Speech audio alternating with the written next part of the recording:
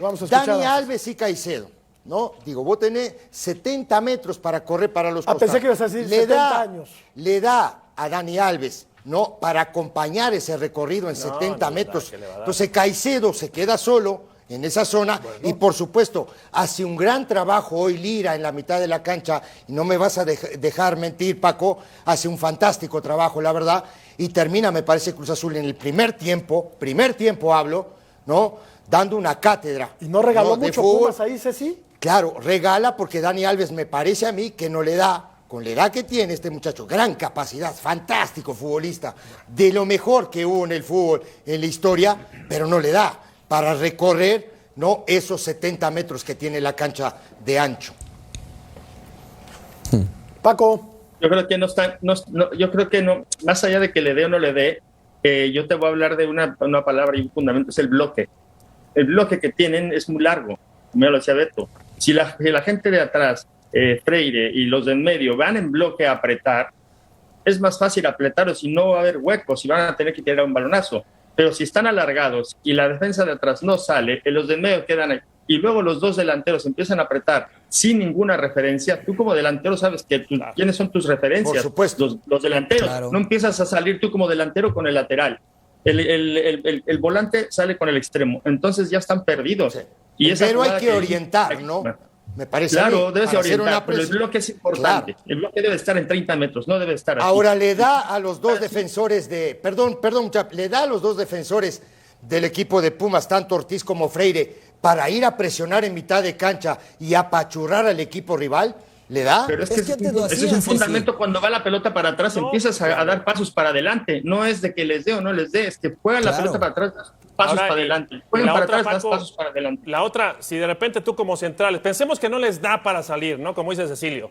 Y si tú ves que salen tus dos delanteros, llámese Dinero, llámese que sea, no vayas, no Claro salgas, no te regales, porque estás dejando espacios y estás complicando el medio campo. Ese es lo segundo que te iba a decir. Si no estamos saliendo a destiempo, Claro. oye, ¿sabes qué? Los esperamos en bloque medio o bloque bajo. Y ya está. Y empezamos a poner. Pero si empiezas a salir por el ímpetu de querer recuperar la pelota, cuando no tienes referencias, no se ve que estaba trabajada la presión alta, no se ve que estaba trabajando el bloque medio, y solamente por el ímpetu quieres salir, pues te pintan la cara, es normal. ¿Y eso por qué es, Paco?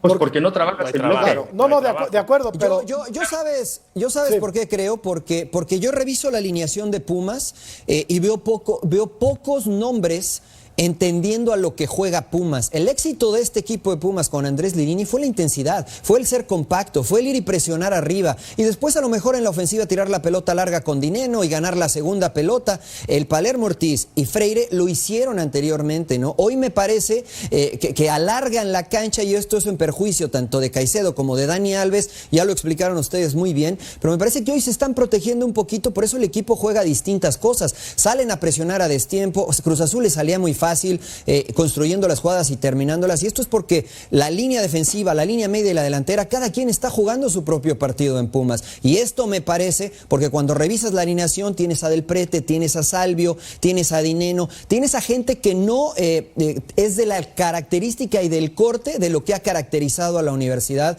históricamente. Sí, aunque Dineno había entendido perfectamente bien a lo que juega el equipo de universidad, ha tenido una temporada bastante mala, pero eso no le quita que haya sido un referente de los Pumas en torneos anteriores, ¿no? Lo de Salvio, muy flojo, me parece, sí, muy flojo durante todo el torneo, y lo del Prete también. Bueno, pero digo, de estos cuatro que tú estás diciendo, Mariano, ¿no? De estos cuatro jugadores que juegan en el ataque, para mí el único que tiene esa vocación de ir a regresar y marcar es Huerta. Para mí, Sí, de acuerdo. Jugó un buen segundo tiempo. Que me parece que juega un Pero gran Huerta segundo lo tiempo. trae Como todo loco, Pumas, sí. ¿sí? Sí. Sí. El pressing estaban sumamente acostumbrados de Claro. Prete y Sabio a hacerlo en Argentina. Ah, no, claro. Terriblemente acostumbrados a ir y presionar arriba. El tema es que cuando el conjunto está descoordinado o en realidad no se tienen confianza, porque se ve la falta de confianza uno al otro, dice, no, si él va mejor me quedo, porque si lo pasan y me pasan a mí, quedo mal parado. Y entonces cuando desde atrás te quieren empujar, pero ven que alguno del medio está tambaleando o los de arriba no apretan como deben, entonces yo cuido mi lugar. Eso es lo que está pasando toda la temporada en Pumas.